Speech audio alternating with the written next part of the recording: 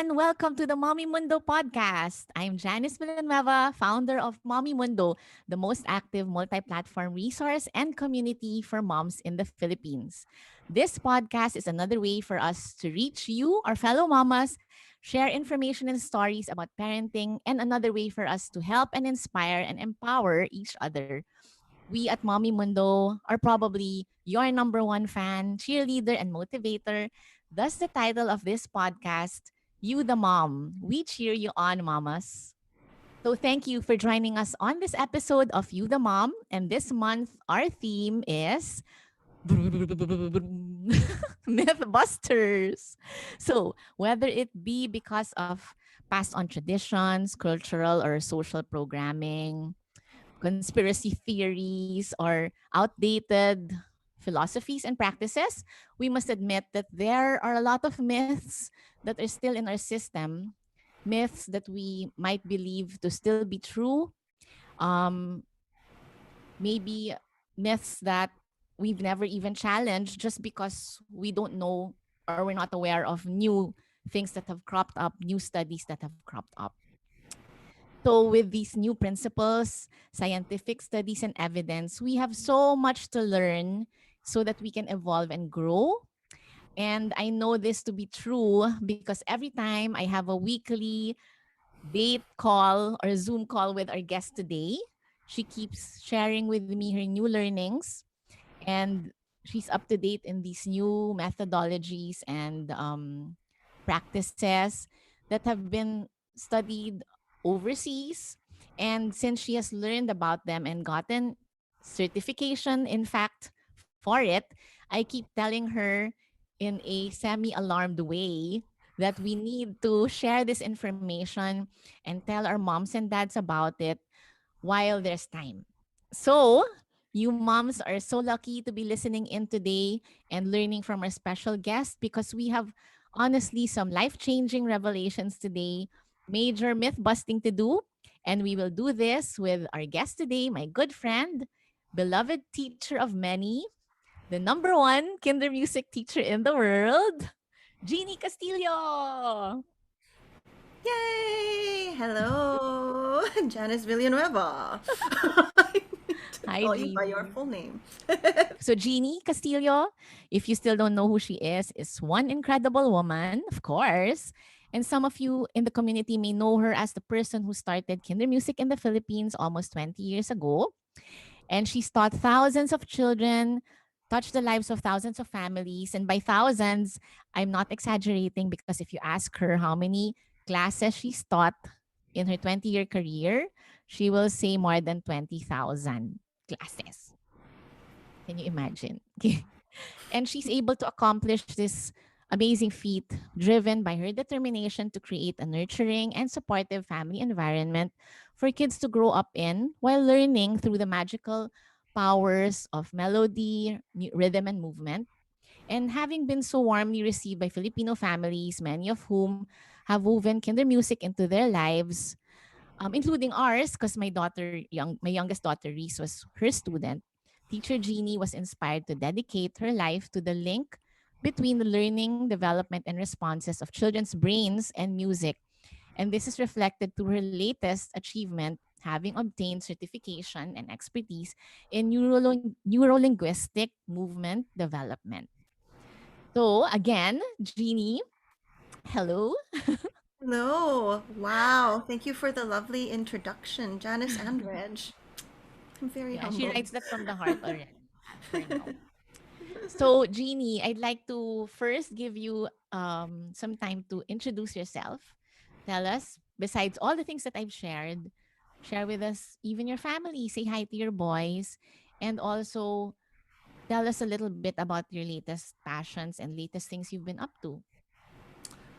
Well, thank you for the invitation to be here first and to connect with you and all of the moms out there and the Mommy Mundo community. Most people know me as Teacher Jeannie, Kindermusik teacher. So I've been teaching for close to 20 years, as you've mentioned. But above and beyond that, I'm a mom to two lovely boys. Jamie is my oldest son. He is now 21. And that's how Janice and I know each other because we met a Our long boys were time in ago preschool. when they were in preschool, right? So Yeah. Jamie is 21. He is my boy with special needs, and he has Down syndrome. And so he's the reason why I'm a teacher, an educator, just really, I would say, by by calling is called to be a teacher because of him. And my youngest son Jack is now 12 years old. Wow, right? And so Wow. yeah, we're homeschooling Jack, and I'm just I'm just a parent who really wanted to learn how to be the best teacher for my own son. And when Jamie was young, I really did pray to be able to find the right resources to be able to teach him. I prayed to be able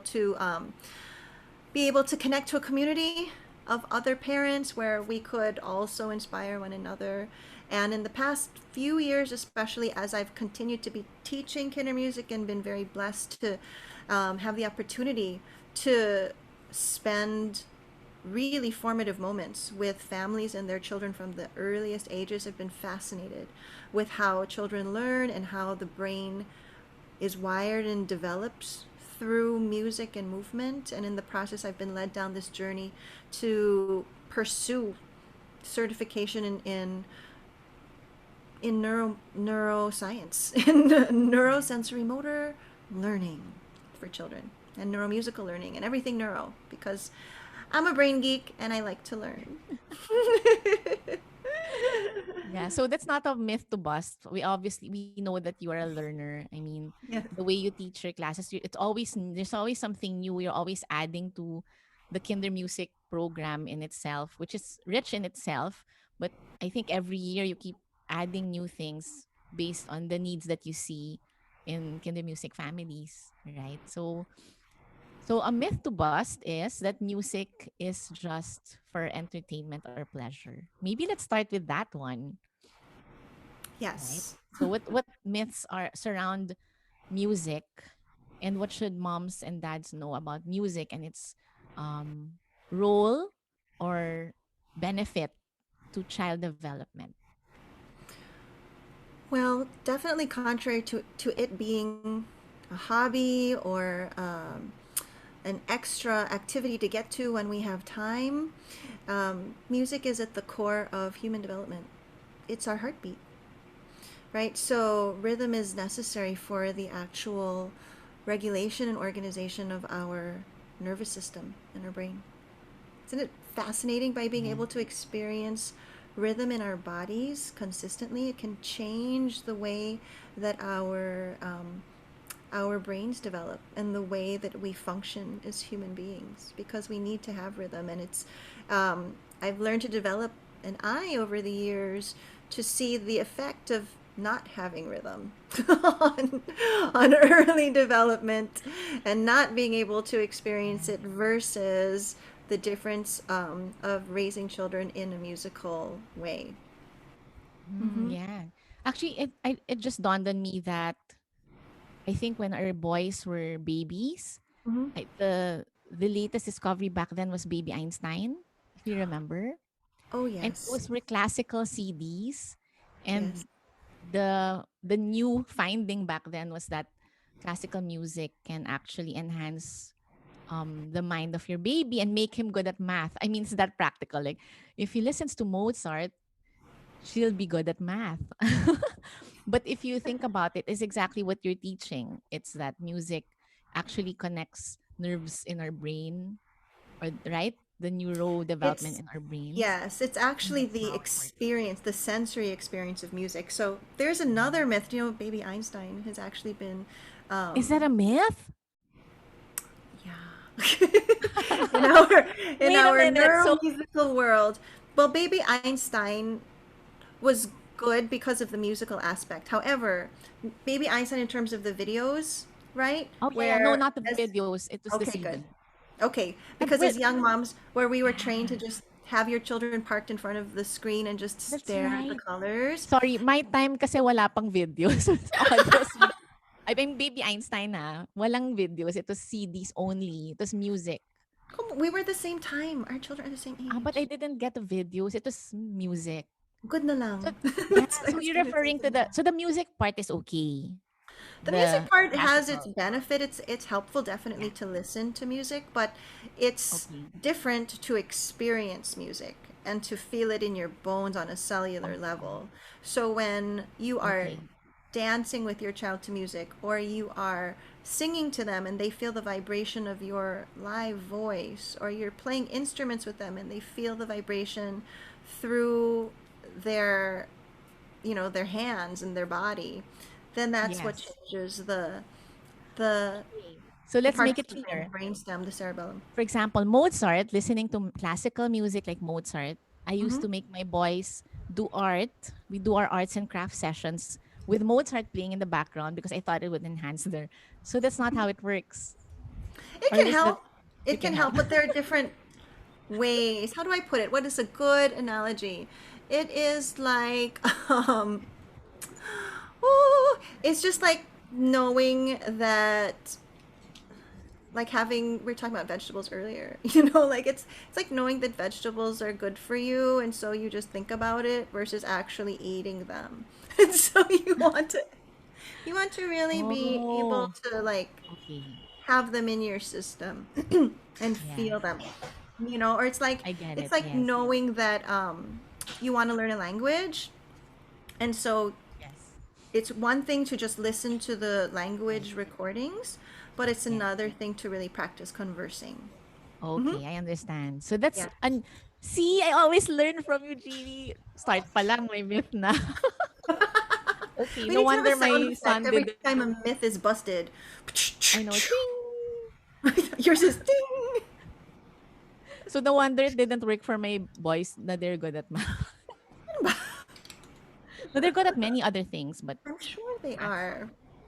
Okay, so anyway, Mhm. I want to share while we're at it. Okay. In one of your events or talks before I left Manila, it was with Baby Bear. Hmm. I remember learning about the levels of sound, like the quality of sound and the best benefits, how it benefits your child. So it was ranked from, I think, the best kind of Synergy. sound that you can expose your kids to. You remember? So it's I Say think again? phonograph, like records, Yes. and then CD, and Yes. then human voice. It's like that. I remember that ranking. Yes. Like the Actually, most it's effective is human voice. yeah, Is it's that right? actually Please CD and correct then me if I'm wrong. phonograph and then human voice. CD, yes.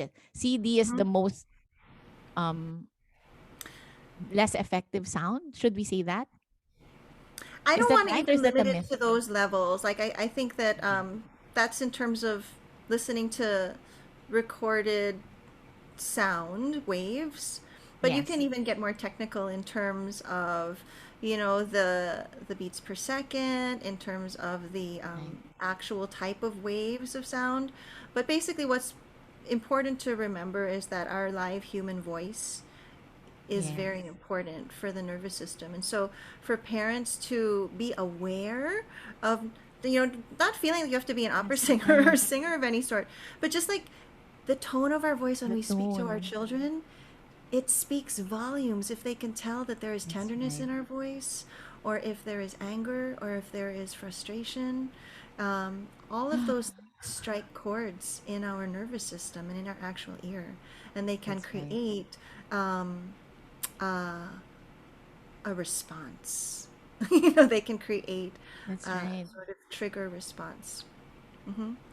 Gosh, yeah, that I mean, knowing that, Hmm. knowing that alone, like Hmm. every time we say something to our children, we should take a Yeah. deep breath and maybe consciously um change your tone. Because like for example, for me, Hmm. compared to like for example your voice, like Teacher Hmm. Jeannie's voice is so warm and calm. Like even in events when she's panicking already about her music connections with the sound system, she's like, "Oh, yes, that's fine." Like totally no stress at all. So you can imagine when she talks to her boys. But me, I'm like, "Can you please fix your room?" Just like that. So it should be, "Can you please fix your room?" But basically, it's really just being conscious of the tone It's I being guess most conscious of especially your with the young energy. kids, huh? Yeah, I think it's just being conscious of your energy. Do you know that being able to use your voice is also connected to the tone of your nervous system? Like it's if you look at it at Mm. a very extreme level, that oftentimes individuals who speak with a very monotone voice Mm. can also be linked to having parts of your nervous system being under activated. Oh, really? Yes, your vagus nerve is connected Wow. to how you can intonate with your voice. Okay. Interesting, isn't it? Interesting. So now that you've mentioned the vagus nerve, we're gonna start on the many myths of baby care and Yeah. development, Mm-hmm. which will astound you. Okay, so the first myth Okay. is that brain development is predetermined by genetics when babies are born. So Mm-hmm. meaning when we give birth, Mm-hmm. it's already like formed, right? So it's like all ready and that's it. But the reality is, It is completely not. The brain is not at all fully developed upon birth. In fact, it's continuing to develop until about the age of 25 years old.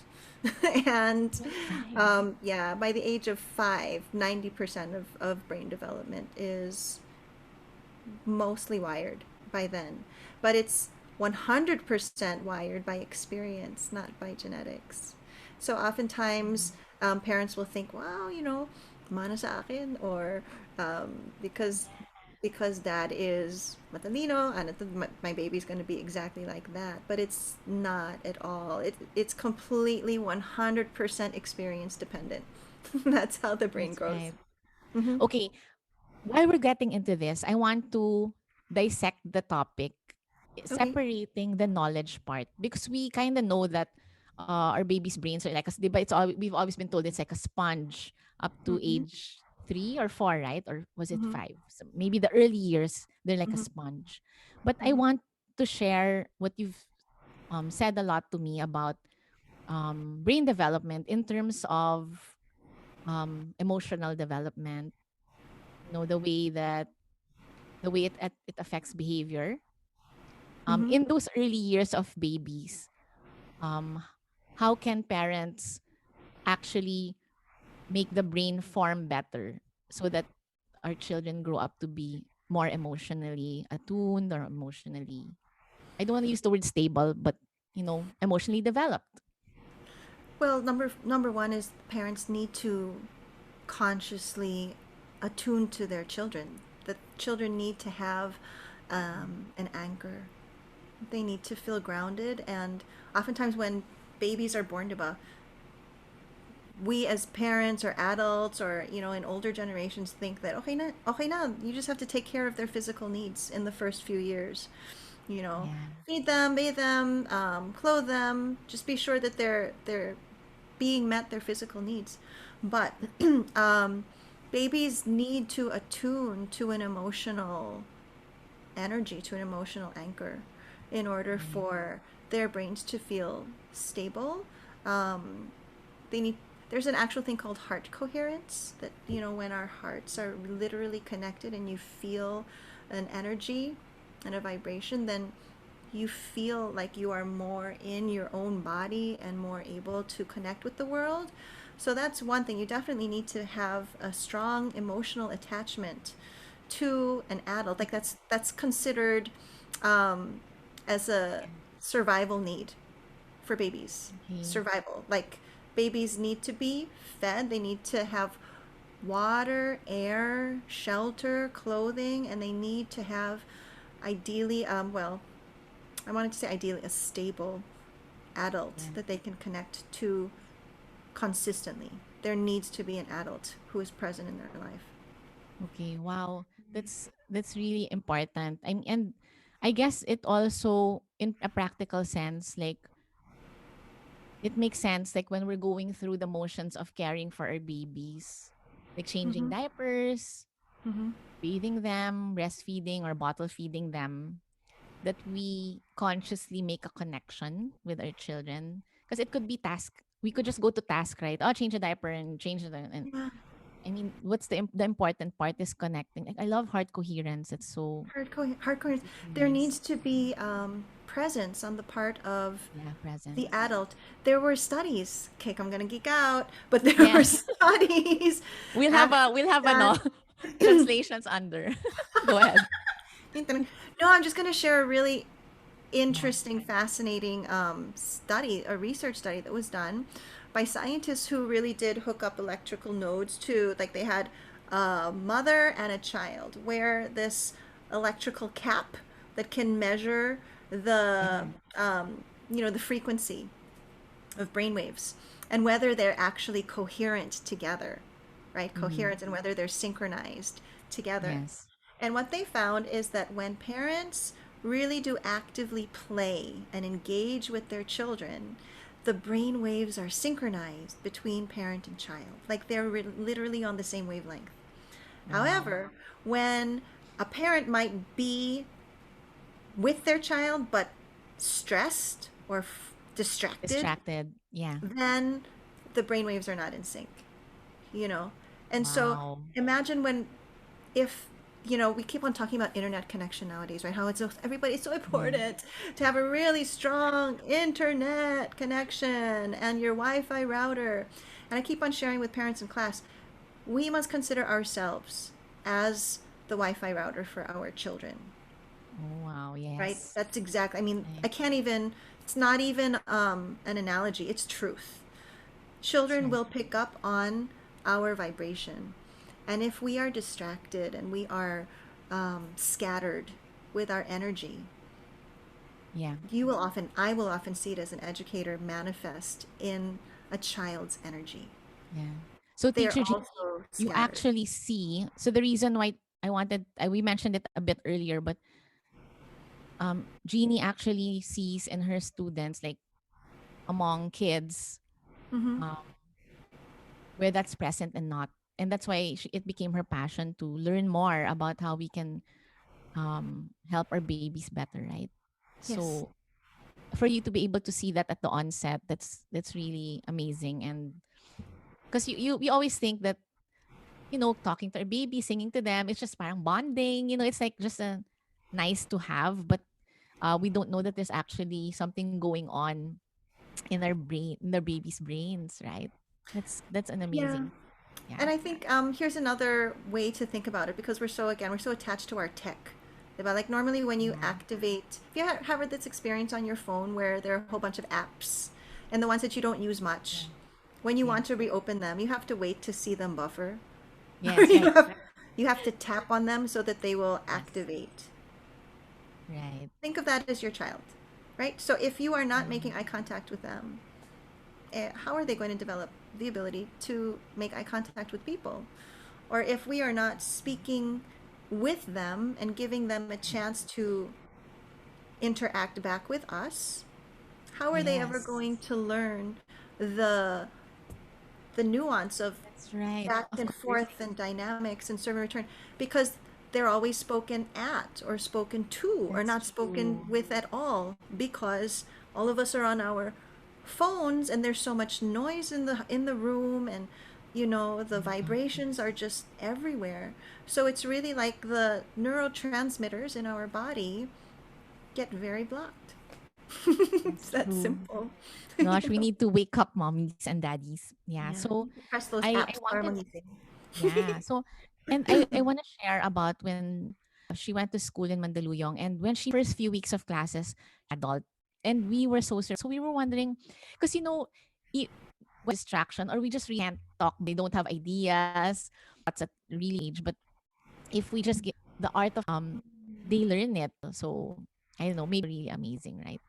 We can't But underestimate. it doesn't deep serious conversation. Just learning to sound back and have them feel heard. Adults, you Yeah. want to feel heard, and when somebody repeats, you're like, yeah.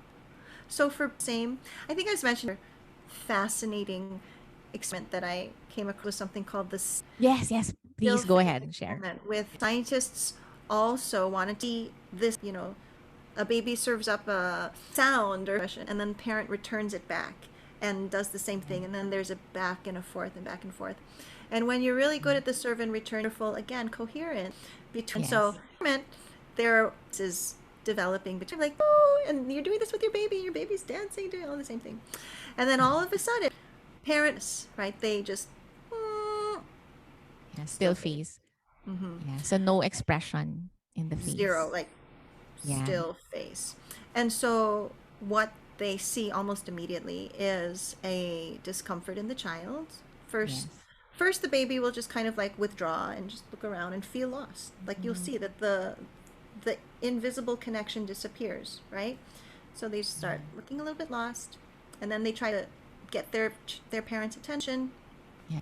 and then they start to really act out, and then Oh, yeah. and then when they're returns back and gives back all of that interaction to the baby, there has to be some sort of repair work that's done Yeah. between the parent and child. Because there's a bit So of trauma from that experience. yeah, yeah, Yeah. and then they just need to sync up again because the Yes. wavelengths were not on the We're not same in the same frequency. same level. Yeah, Um, and so what it really like got me thinking about was that wow, that's I see a lot of still face nowadays in that's parents right. because still face is looking at my phone. That's right. Right? There was an actual also an experiment of That's right. another group of scientists who took that to another level and did instead of just still face, just tried to reenact the experience of a parent receiving a message and then looking at their phone and then removing interaction between their child. And so this is Yeah. happening chronic level Gosh. generation I'm sure chronic everyone is. the same thing as if when we like where did she go, what happened, same thing, Yes. you're in a state of survival or fight or flight, that's a Yeah. reflex, and Yeah. that's something that as human beings mammals when Yeah. our Our normal survival reaction to things brain, like that. yes, when our Yeah. survival brain and activated, Yeah. it's pretty much impossible to do anything else but to worry about your survival. It's not possible to regulate your emotions. It's not possible to learn. That's right. Like The locked in there. primary need of a person to be seen and to be heard and to be given value. Mhm. If you think about it, that from babies up to, I mean, a lot of adults have the same issues. Yeah. And if you think about it, it could stem from babyhood. Oh my gosh. Everything stems from babyhood. Yeah. Yeah. Everything. And True. so the way that we interact with our babies and our children, there's another thing we had in our conversation before is that Yeah. um, that doesn't affect just our children, right? There Right. are studies that show that it affects our children's children and our children's children, children's Yes. children, because we are Generational. laying out the emotional code of how children are going, That's right. right? So, Yeah. yeah. True. So if we're able to heal, because our parents were also raised differently than us, but we Mhm. can always change the generational path, right? If we're able to like shift ourselves. We So can the shift second myth in our ourselves. list, we actually answered it without meaning to. I know. Newborns' primary needs are sleep, feeding, and diaper changes in the first year. So now we know that that is not true, that we can really maximize our child's brain development by making these routinary tasks more meaningful, right? And connecting with our children in, but yeah, the tone, don't forget the tone of voice, facial interaction, face-to-face interaction, and our words and all that, and mirroring back even at a young age, Yes. even if it's just oohing and eyeing and you know we That's can the mirror back. foundation of language too. Yeah, So yeah, that's important for the children to hear that a really lot. interesting. Hmm. Okay, this one, when I heard this from you, I think it has to be discussed as well. The Okay. myth of swaddling babies, carrying and being held all the time for soothing. So let's give a backgrounder. Mhm. In the Philippines, our babies are swaddled automatically, and we're told that we have to swaddle them really tightly, especially in the early months, and that we have to carry and hold them all the time so that we can soothe our babies and put them to sleep, stop them from crying and all that. So Your take on this one. What have you learned, Jeannie, about these matters? Well, the scientific studies show that in terms of neurodevelopment, Mm, our bodies wire up through movement. yeah. So the brain is activated, right? Learning is activated by movement. And if Mm, movement is restricted as babies, then the nervous system is not activated. you know, so if we are always swaddled or the children are always held, there are actual nerve endings that you know um, that wire through your whole system that talk to your brain and back and forth that don't get to activate or learn how to communicate together. And so mm. it's yeah, it's that's kind of the simplest way I can explain it. Yeah. There's a whole lot, like it's a very deep iceberg in terms of what specific movements children should be receiving, but basically children should be given a lot of time to be on the floor, Yes. in a horizontal position. Like Oh, oftentimes it's yeah. also So on the floor, laid down on the floor, on a on their flat back. surface, on any firm flat surface. It can be on the floor, it can be on a bed, it can Yeah. be on some, Mhm. a lot of parents nowadays have all of these mats and Mats. paddings and cushions for the floor, but they need to Yes. be horizontal and not Okay. propped up because Yes. oftentimes we will think that, oh, it's so Yes, the cute, I want my carrier. baby to sit up or I want them to stand up kaagad. We'll just hold them all the time. But there are Ah, right. stages of human movement that we need to follow, and as humans when we're born we need to, like when you see evolution, right, children need to be on their backs, they need to practice rolling over, they need to practice pushing up, they need to practice sitting up, standing up, Yes. walking And in not certain. swaddled because their hands and legs have to be free to move, right? Yes, yes, they need to be free to move because that's the only way that the wires are going to develop. And these are the wires that will be needed when you eventually, like for our terms, because this is what oftentimes parents expect, to be able to hold a pencil and to be able to write. And if children's Mm, hands are not able to develop, then later on yeah. it's going to be hard to do more refined things.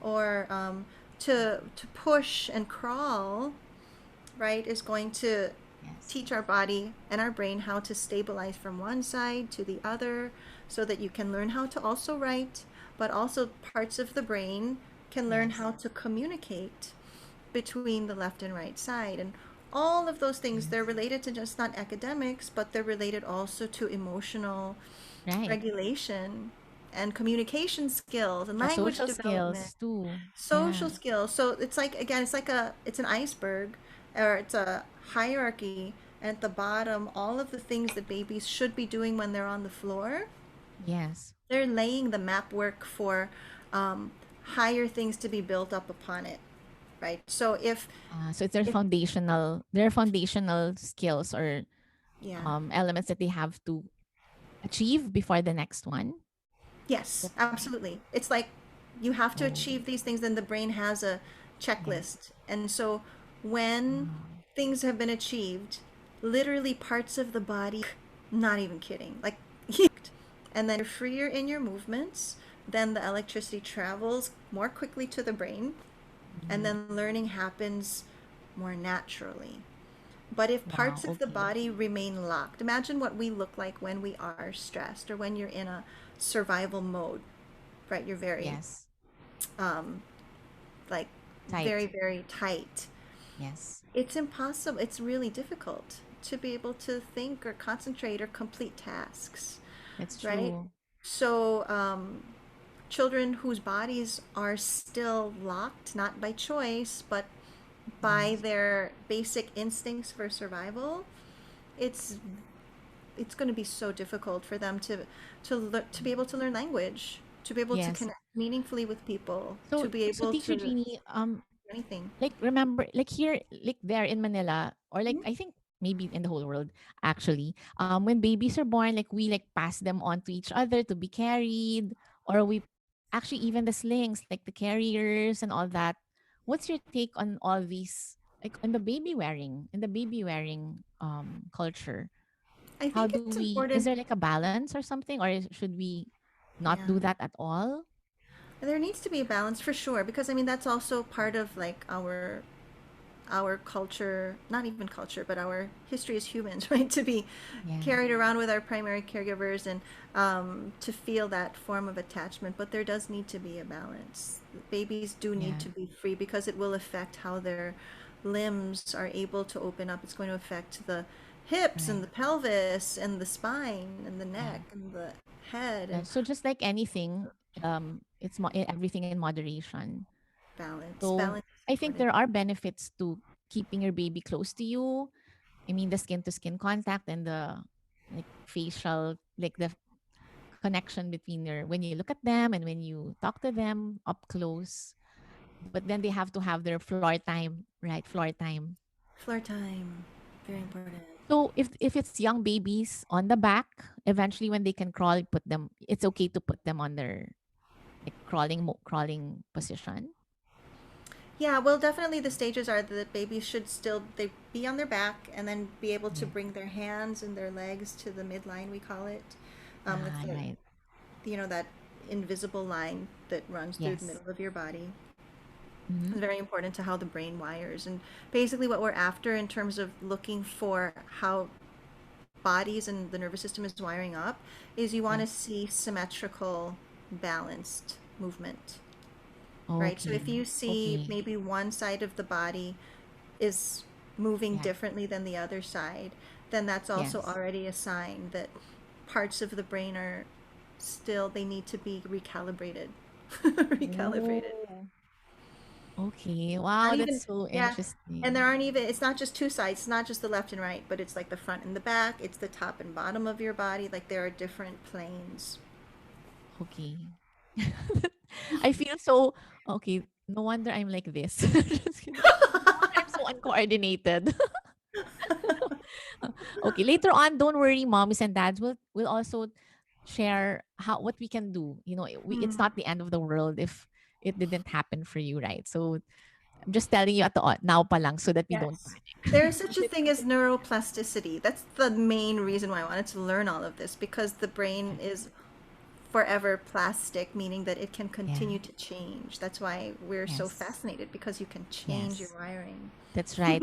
But the first step is knowledge. and awareness. And we Yeah. just wanted to make sure that the information gets out there while you guys are still having the babies. I mean, you can if you can do something about it while they're still at that stage, then so much the better. You don't have to think about repairing or trying to change the to catch up on the Mm-hmm. connections, right? Mm-hmm. Okay, so this one is interesting. The myth of having babies cry it out or self-soothe on their own Mm-hmm. is also a benefit. So there are actually practices that encourage babies to just cry it out and the parents just let them. It's hard. Everyone, it's not an easy thing for parents, of course, but there is such a practice, like training them to sleep on time. So what are the findings about these Yeah, practices? I'll just speak to the science and the research Yeah. that I've come across. But in terms of neuroscience, is the young brain of a baby, right? It's still not yet mature, right? So self regulation and being able to soothe oneself only comes with maturity of the brain.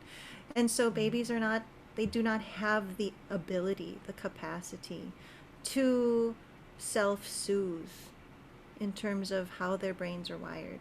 So going back to the fight, flight, or freeze science, Yes. that what happens normally if you allow a baby to cry it out, and when they do cry it out and then they eventually stop, basically what's happened is their system has shut down. That baby Mm, has given up and said, like yeah. I'm just cried out, right? Yes. It's not Yes. that they've learned to, okay, I'm gonna Oh. mature, I'm gonna go and just step up and I can handle this. That's, I mean, like, can you imagine a baby doing that? Babies can't do that. Jeannie, So you're like a cartoon. It's like in your dream. can you imagine, like, Baby look who's dialogues. talking, John Travolta, I can do this, I can do this. Give yourself a pep talk. Babies can't do that yet, So it's important for Mm. us to just realize that. That's why babies need an adult as part of their Mm. survival kit in the world, Right. right? They really do. And so, for us, oftentimes you think of babies like when once they've been scared into behaving. Oh, you better behave. Stop crying. Um, it's because you're basically just turning off your child's brain. That's it. Okay. All That's right. it. Yes. Makes a lot of sense, actually. Mhm. Okay.